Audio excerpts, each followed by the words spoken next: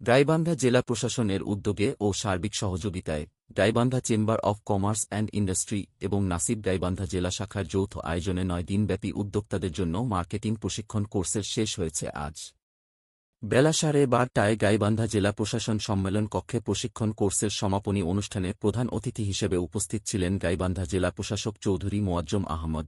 বিশেষ অতিথি হিসেবে উপস্থিত ছিলেন Gaibandha chamber of commerce and industry এর সহসভাপতি আব্দুর রশিদ।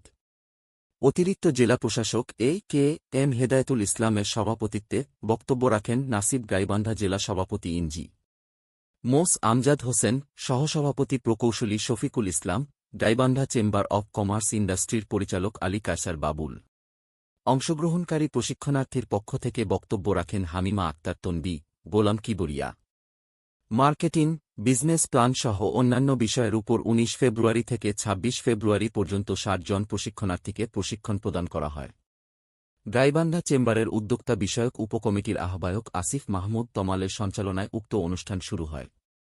প্রশিক্ষণ বিষয়ক কারিগরি সহযোগিতায় ছিলেন পাম নেদারল্যান্ডসের মার্কেটিং এক্সপার্ট কানাডিয়ান নাগরিক মার্ক থমাস।